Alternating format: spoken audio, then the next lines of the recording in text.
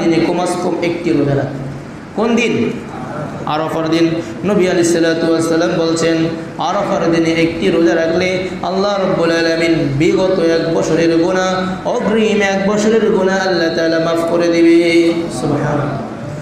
আমার কথা নয়, নবী আলাইহিস সালাতু ওয়াস সালামের বাণী।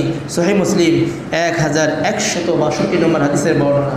আন কাতাদা রাদিয়াল্লাহু তাআলা আনহু قال قال رسول الله صلى الله عليه وسلم صيام يوم عرفة أحتسب على الله أن يكفر السنة التي قبله والسنة التي بعده।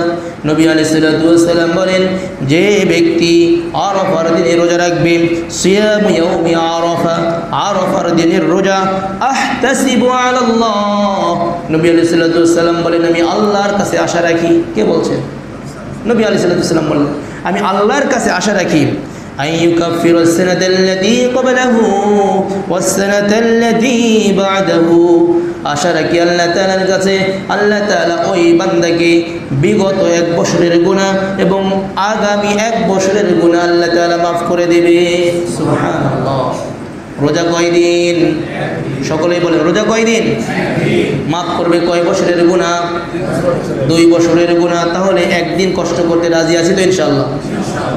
একটু কষ্ট হবে, গরমের দিন, দিনও বড়, একটু কষ্ট হবে। কষ্ট যেখানে যত বেশি, সওয়াব তত বেশি হবে। সুবহানাল্লাহ। কষ্ট যত কম, সওয়াবের পরিমাণও কম।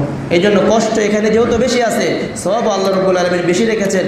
এই জন্য আমরা 9 দিন 8 দিন, শুরুর 8 দিন যদি নাও পারি, একদিন, কোন দিন?